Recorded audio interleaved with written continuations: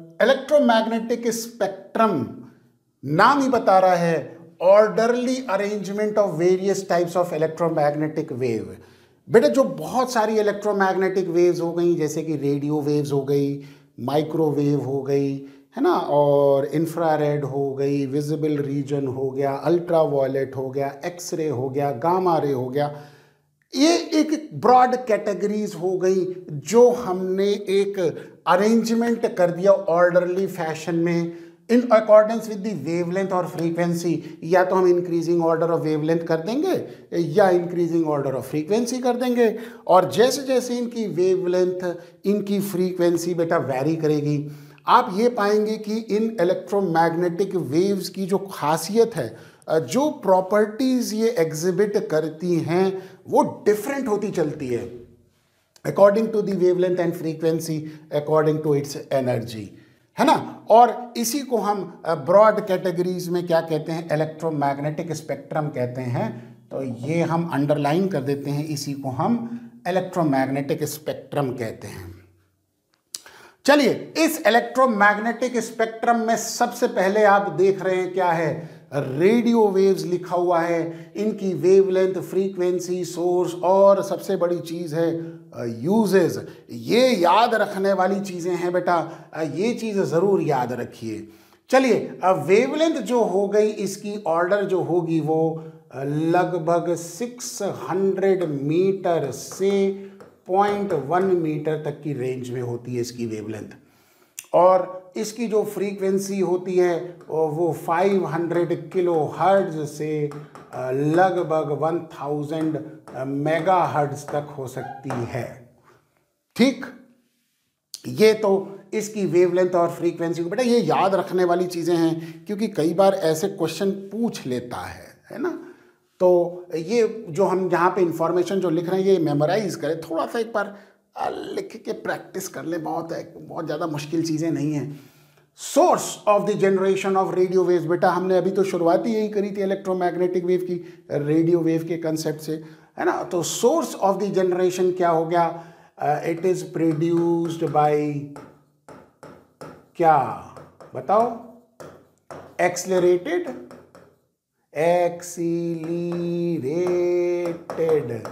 Motion, है ना, of किसका, चार्ज पार्टिकल का जो एक्सेलरेटेड मोशन होता है उससे ये पैदा होती है, उससे ये जनरेट होती है। ठीक है, अब जो सबसे जो ज़रूरी बात है वो इसका यूजेस क्या है, भाई साहब ये जानना तो सबसे ज़्यादा ज़रूरी हो गया है ना, अंडरलाइन कर देते हैं लाल से। पहला, रेडियो वेव्स अगर ये नहीं है तो भाई साहब ना तो आपका इंटरनेट चलेगा, ना आपका मोबाइल फ़ोन चलेगा, ना आप किसी से बात कर सकते हो, ना किसी से कम्युनिकेट कर सकते हो। तो किस में इस्तेमाल होगा, रेडियो कम्युनिकेशन में, बिल्कुल सही। तो uses, it is used in radio communication, बहुत इंपॉर्टेंट पॉइंट है ये, आज की तारीख में सबसे ज़्यादा ज़रूरी चीज़ हो गई रेडियो कम्युनिकेशन। और जैसे जैसे हम आगे चलते चले जा रहे हैं, साइंस की डेवलपमेंट बढ़ती चली जा रही है, नई नई चीज़ें, नई नई टेक्नोलॉजी, मज़ा आ जाता है कि नई नई स्पीड मिल जाती है हमको ट्रांसमिशन ऑफ डेटा की। रेडियो कम्युनिकेशन, अब हम बहुत दूसरे लेवल पे पहुंच गए रेडियो कम्युनिकेशन के, है ना। तो शुरुआत तो मार्कनी ने करी थी 1895 में, उन्होंने रेडियो वेव्स का इस्तेमाल किया था इन रेडियो कम्युनिकेशन पहली बार, इसीलिए कहते हैं फादर ऑफ कम्युनिकेशन, जिसको हम कहते हैं वो हैं मार्कोनी साहब ने 1895 में इलेक्ट्रोमैग्नेटिक वेव का सबसे पहला इस्तेमाल किया था in using as a radio communication. और उन्होंने इंग्लिश चैनल, आपने एक हिस्ट्री में पढ़ा भी होगा थोड़ा सा कि इन्होंने इंग्लिश चैनल के अक्रॉस रेडियो कम्युनिकेशन को, रेडियो वेव्स को भेजा था और उन्होंने डिटेक्ट किया था, इससे लॉन्ग डिस्टेंस ट्रांसमिशन पॉसिबल हो पाया था। ठीक है, और दूसरी जो यूसेज हो गया, it is used in radio astronomy. क्या है ये रेडियो एस्ट्रोनॉमी? आपको याद है वो पिक्चर जादू, याद आ रहा है? हाँ, उसमें याद था ना, ओम ओम करके वो भेजता था, है ना? वो सिग्नल रेडियो वेव्स में स्पेस में भेजते हैं, जहां से वो रिफ्लेक्ट होके आता है उस जगह की इंफॉर्मेशन हम कलेक्ट करते हैं। इसी को कहते हैं रेडियो एस्ट्रोनॉमी। तो स्पेस में बहुत सारी ऐसी चीज़ें हैं जिसके बारे में हम नहीं जानते। हम रेडियो वेव्स भेज के उसका इंफॉर्मेशन कलेक्ट करते हैं, जो रिफ्लेक्शन आता है, जो वहाँ से वापस आती है वेव्स, उससे हम इंटरप्रेट करते हैं किस तरह की चीज़ें हो गई। तो ये बात हो गई किससे रिलेटेड? रेडियो वेव से रिलेटेड। नेक्स्ट देखते हैं स्पेक्ट्रम में क्या है। अगली जो वेव्स जो हम डिस्कस करेंगे इसी स्पेक्ट्रम में, वो आपके सामने माइक्रोवेव आ गई। माइक्रोवेव बड़ी इंटरेस्टिंग कहानी है। माइक्रोवेव की जो वेवलेंथ होती है ये 0.3 मीटर से 10⁻³ मीटर तक हो जाती है, बड़ी कम हो जाती है। और फ्रीक्वेंसी बढ़ जाती है 10⁹ हर्ट्ज से 10⁻12 हर्ट्ज हो जाती है। ये गलत हो गया भाई, हाय राम, ये हो गया।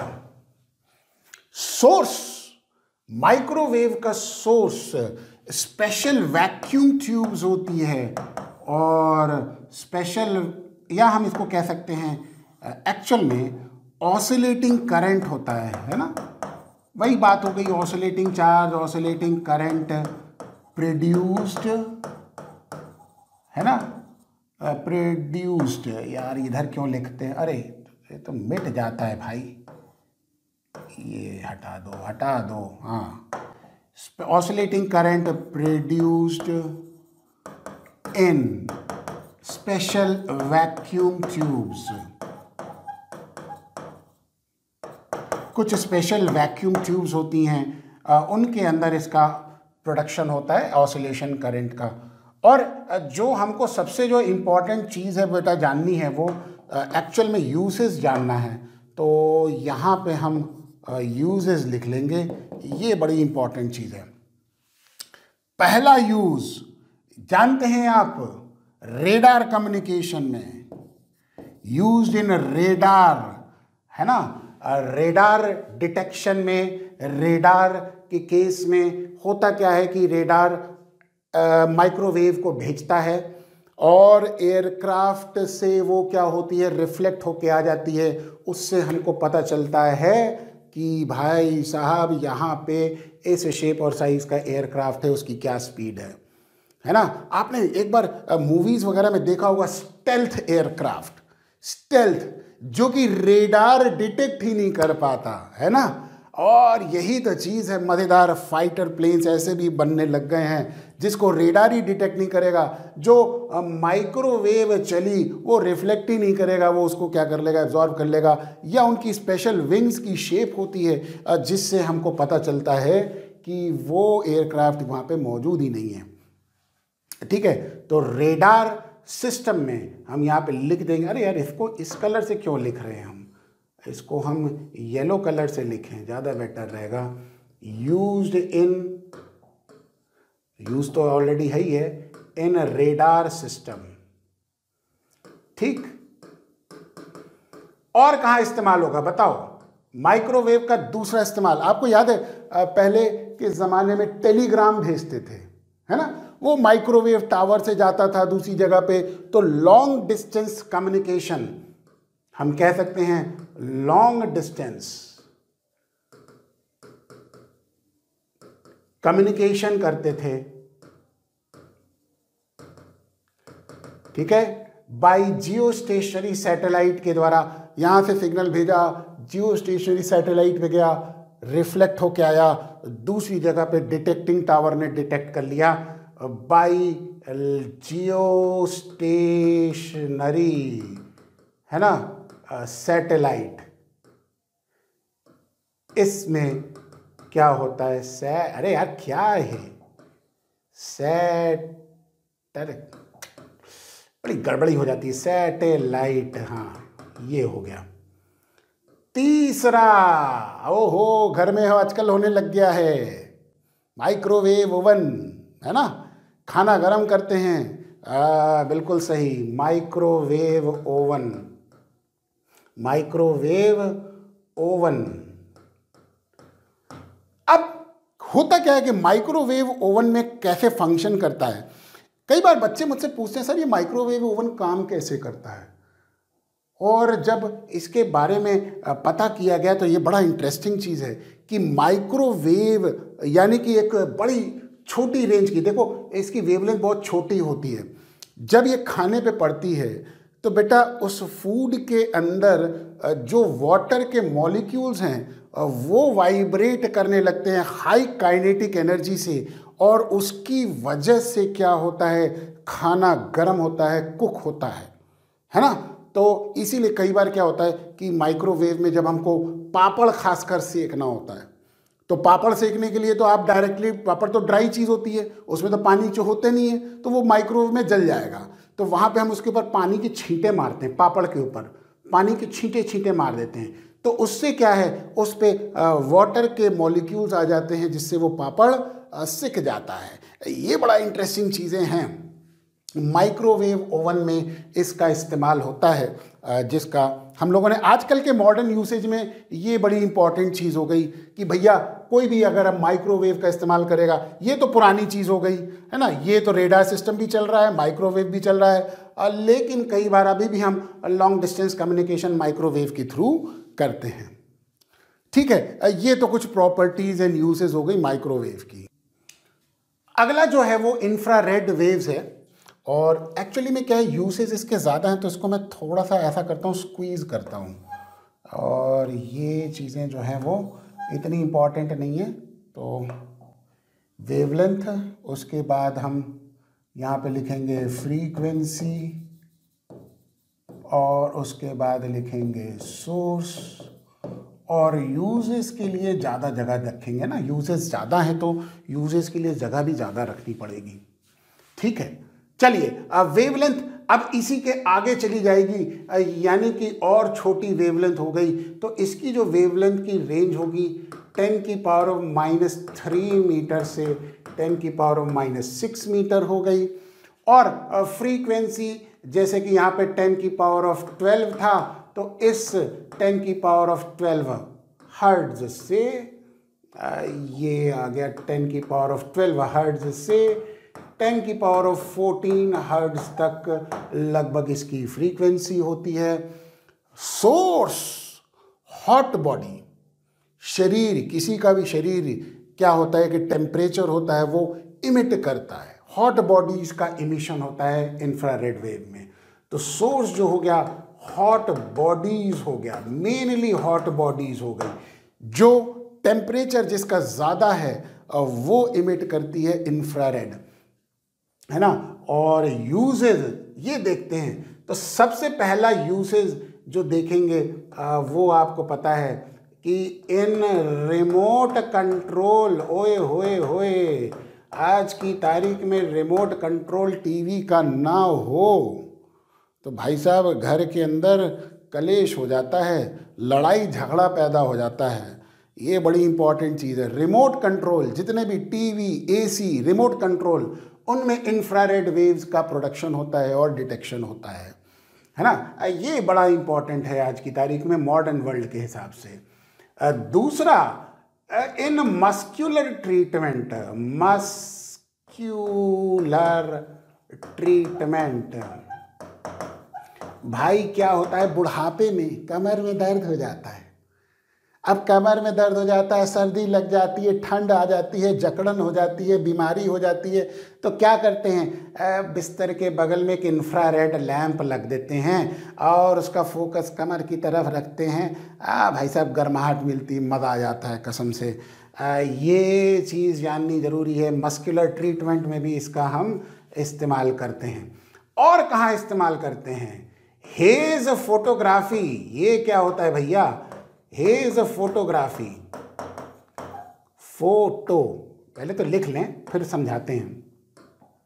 फोटोग्राफी क्या होती है, हेज़ फोटोग्राफी। बेटा सपोज कर लो धुंध है, कुछ नहीं दिख रहा है, कैसे चलेंगे, कैसे पता चलेगा कि आगे क्या है? वहां पे इंफ्रारेड काम आता है कि आगे के ऑब्जेक्ट से पता चल जाते हैं, अंधेरे में धुंध में क्या होता है वो सारी चीज़ें पता चल जाती हैं। आपको याद है आजकल क्या होता है, इंफ्रारेड नाइट विजन, आपके पास गॉगल्स आ गए हैं जो आर्मी वालों के पास होते हैं, उससे वो देख के रात के अंदर देख लेते हैं भैया कहाँ आतंकवादी छिपे हुए हैं, पेड़ के पीछे छुपे हुए हैं। अब अंधेरे में तो दिखेगा नहीं, लेकिन भाई साहब इंफ्रारेड लेंस से वो सब देख लेंगे कि कहाँ पे है और चटाक से गोली मार देंगे। ये ज़रूरी है। तो इंफ्रारेड की बड़ी खासियत है, आज के मॉडर्न वर्ल्ड में बड़ी चीज़ें हैं इंफ्रारेड से ऊपर रिलेटेड, है ना। और एक और चीज़ आ गई, बर्गलर्स अलार्म आपने सुना होगा।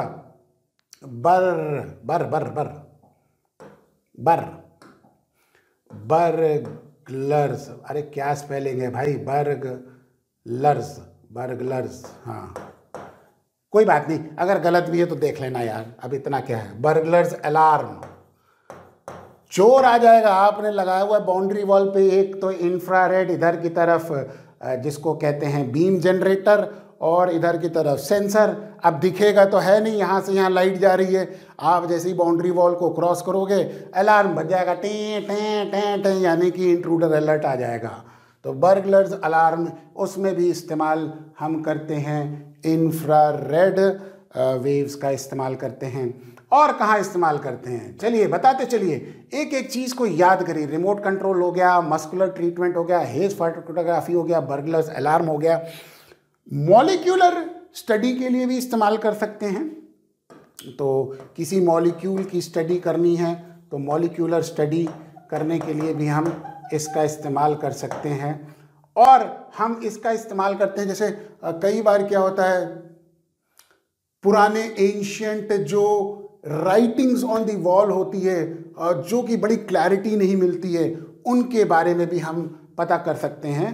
तो ये जो आपके जैसे हिस्टोरियंस होते हैं ना, जो आर्कियोलॉजिकल वाले होते हैं, तो यूज इन आर्कियोलॉजी लिख सकते हैं, बस इतना लिख दें, बहुत ही मतलब डिटेल में जाने की ज़रूरत नहीं है आपको, कौन सा आर्कियोलॉजी में जाना है ना। तो यूज्ड इन आर्कियोलॉजी, है ना, इसमें भी इस्तेमाल होता है। इंफ्रारेड वेव्स का इस्तेमाल यहाँ पे भी होता है।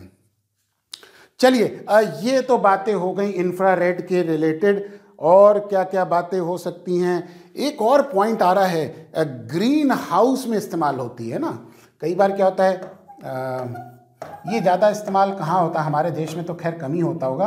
ग्रीन हाउसेज में प्लांट्स को गर्म रखने में इस्तेमाल होता है इंफ्रारेड बीम्स का, वहाँ पे भी इस्तेमाल करते हैं।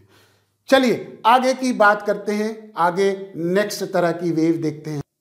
तो अगला इलेक्ट्रोमैग्नेटिक स्पेक्ट्रम जो कि हमारे पास है विजिबल लाइट। मैंने वेवलेंथ फ्रीक्वेंसी लिख दी है ना, इसको लिखने में टाइम वेस्ट ना करें। वेवलेंथ 8000 एमस्ट्रॉन्ग या 8 × 10⁻⁻7 मीटर टू 4 × 10⁻⁻7 मीटर, यानी कि 4000 एमस्ट्रॉन्ग हो गया। फ्रीक्वेंसी 4 × 10⁻14 हर्ट्ज से 7 × 10⁻14 हर्ट्ज होती है। आपको पता है विजिबल लाइट कहाँ कहाँ से होती है, एक्साइटेड स्टेट ऑफ एटम कई बार रिलीज करते हैं, इनकैंडेसेंट बॉडीज, सन, इनसे आती है विजिबल लाइट। और ये चीज़ सबसे इम्पॉर्टेंट है भैया, अगर विजिबल लाइट नहीं होगी तो हमें चीज़ें दिखाई कैसे देंगी। तो it enables us to see the world around us. सबसे बड़ा यूसेज तो यही देखो जो मुझे लग रहा है। तो it enables us to see क्या, the world around us। भैया अगर ये नहीं है तो हमें कुछ दिखेगा ही नहीं, तो ज़िंदगी जीने का फ़ायदा ही क्या हो गया, है ना। जब दिखेगा ही नहीं तो बस सारी कहानी ही ख़त्म हो गई, दुनिया की खूबसूरती क्या नज़र आएगी। तो एक तो पॉइंट ये हो गया, तो इसको ए पॉइंट कह देंगे। और दूसरा जो मुझे लगता है कि पूछा जा सकता है कि केमिकल रिएक्शन में वो क्या करता है, कैटलिस्ट की तरह भी कई बार इस्तेमाल करते हैं हम, है ना।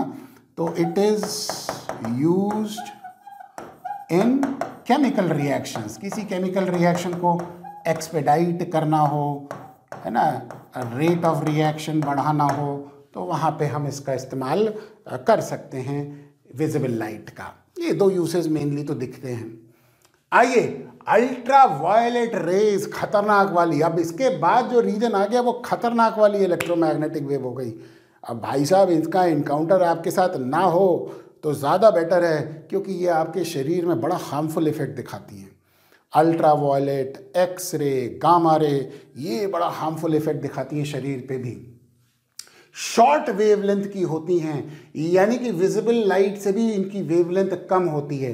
तो अगर आप देख रहे होंगे तो शुरुआत से हमने क्या किया, रेडियो वेव्स बड़ी वेवलेंथ थी, फिर उसके बाद माइक्रोवेव की और कम हो गई, इंफ्रारेड की और कम हो गई, और अब आ गए विजिबल पे, उसकी वेवलेंथ और कम हो गई, और अल्ट्रा वायलेट की वेवलेंथ और कम हो गई। तो बेटा जैसे जैसे वेवलेंथ कम हो रही है, फ्रीक्वेंसी बढ़ रही है, इलेक्ट्रोमैग्नेटिक वेव की एनर्जी बढ़ेगी। फिर से बोलूं, वेवलेंथ कम होगी, फ्रीक्वेंसी बढ़ेगी, तो एनर्जी बढ़ेगी। समझ में आ गया? तो इसका मतलब जैसे जैसे हम आगे जा रहे हैं, एनर्जी इलेक्ट्रोमैग्नेटिक वेव की बढ़ती चली जा रही है। वेवलेंथ क्या कर रही है, कम हो रही है, फ्रीक्वेंसी बढ़ रही है, और एनर्जी क्या कर रही है, बढ़ रही है। अल्ट्रा वायलेट रेज क्या होता है, कहाँ पे इस्तेमाल आपने सोचा होगा, कहाँ कहाँ है? एक तो जो मुझे लगता है, detection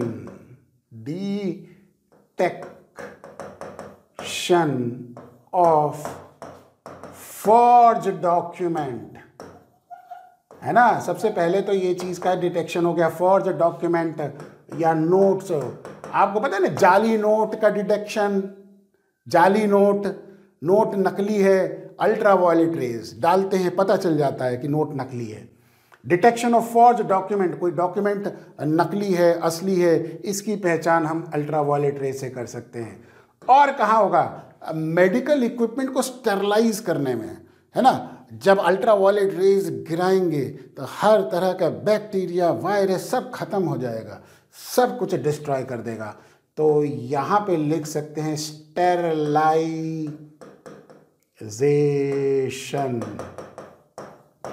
of medical equipments. Medical equipment surgery के लिए जब इस्तेमाल होता है तो उसको स्टेरलाइज करने के लिए अल्ट्रा वायलेट रेज का इस्तेमाल करते हैं। पानी के प्योरिफिकेशन में भी तो आजकल इस्तेमाल करते हैं, है ना।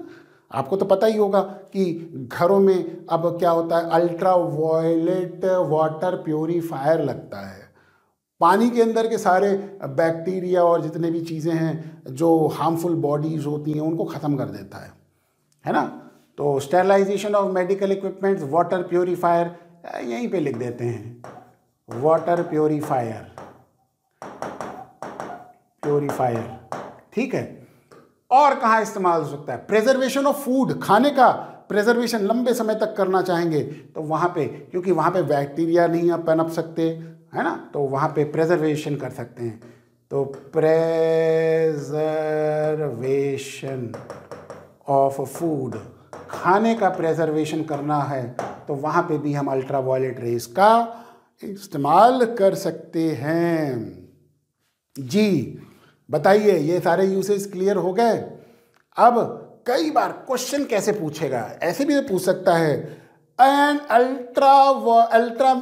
Electromagnetic wave is used for detection of forge documents और notes, identify this electromagnetic wave.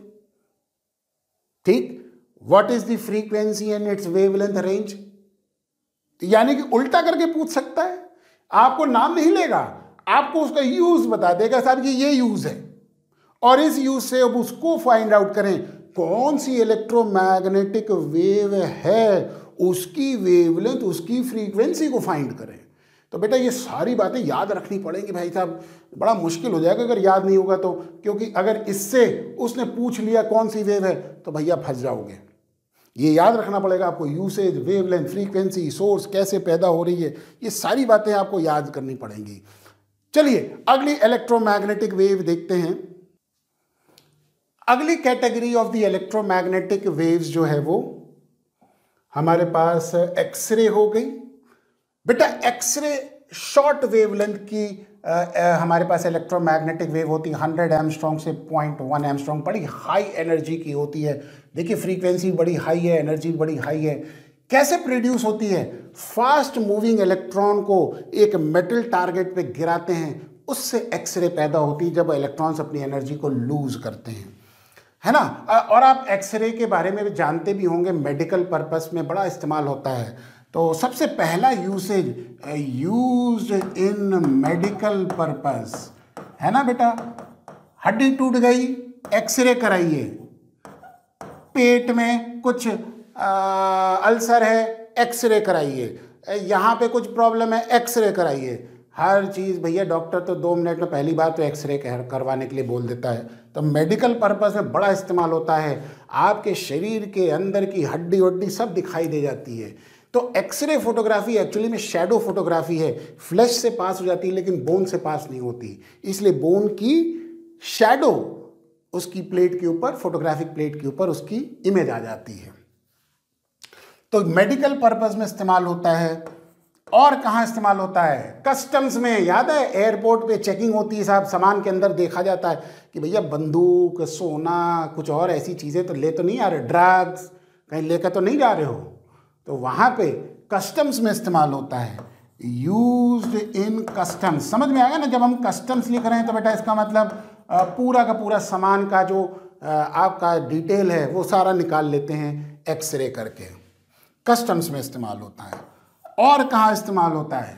बेटा कई बार क्या होता है कि कुछ फाइन से क्रैक होते हैं, हमको नहीं दिखाई देते, लेकिन एक्सरे से पता चल जाएगा। तो क्या होता है, कई बार क्या होता है, बॉयलर हमारे पास होता है, कोई टैंक होता है, हाई प्रेशर का गैस का टैंक होता है भैया, उसमें अगर हल्का सा भी क्रैक हो गया, फट जाएगा। तो वो कैसे पता चलेगा भैया कि क्रैक हो गया है? एक्सरे से। तो used to detect fine cracks, बहुत पतले पतले क्रैक्स, उनको डिटेक्ट करने में काम आती है एक्सरे, है ना। ये 3 तो यूजेस हो गए। और चौथा क्या हो गया बताइए? और भी कुछ हो सकता है एक्सरे का? ये तो 3 मेजर तो हो ही गए। और एक्सरे का इस्तेमाल हम कर सकते हैं, हाँ, किसी तरह का रिएक्शन को इनिशिएट करने के लिए कर सकते हैं। तो use to initiate reaction, high energy की है तो भाई साहब किसी प्रकार का रिएक्शन इनिशिएट करना है, शरीर के लिए भी बड़ा हार्मफुल होता है, इसीलिए एक्सरे का एक्सपोजर ज़्यादा समय तक नहीं होना चाहिए, है ना। आप देखते होंगे जो रेडियोलॉजिस्ट होते हैं, जो एक्सरे टेक्नीशियंस होते हैं, वो लेड की जैकेट पहन के आपको एक्सरे खींचते हैं ताकि उनके शरीर पे उसका असर ना हो। चलिए ये तो आपकी एक्सरे से हो गई। गामा रेज, गामा रेज की वेवलेंथ और कम हो गई। सबसे हाई एनर्जी और हाई फ्रीक्वेंसी की इलेक्ट्रोमैग्नेटिक वेव होती है भाई साहब, नॉर्मल तरीके से तो प्रोड्यूस ही नहीं होगी। कैसे होगी? रेडियो एक्टिव मटेरियल से ये प्रोड्यूस होगी भाई साहब, रेडियो एक्टिव रिएक्शन से ये आती है। और इसका यूसेज, गामा रे का यूसेज, यूज्ड, हम यूसेज बात कर रहे हैं ना, तो यूज्ड इन ट्रीटमेंट, अरे हाय हाय हाय हाय, ऑफ कैंसर। बेटा कीमोथेरेपी, है ना। कई बार क्या होता है, रेडियो एक्टिव गामा रेज से हम कैंसर के ट्रीटमेंट, जो कैंसरस सेल है उसको डिस्ट्रॉय करने के लिए काम में लेते हैं। ट्रीटमेंट ऑफ कैंसर, यानी कि स्पेसिफिकली इन दोनों का इस्तेमाल मेडिकल पर्पस से करते हैं, तो यूज फॉर मेडिकल पर्पस। और भी बहुत सारी चीज़ें हैं जिसको मेडिकल के रूप में इसका इस्तेमाल कर सकते हैं। और दूसरी चीज़, use to initiate certain nuclear reactions, तो यूज टू इनिशिएट क्या? Certain nuclear reactions.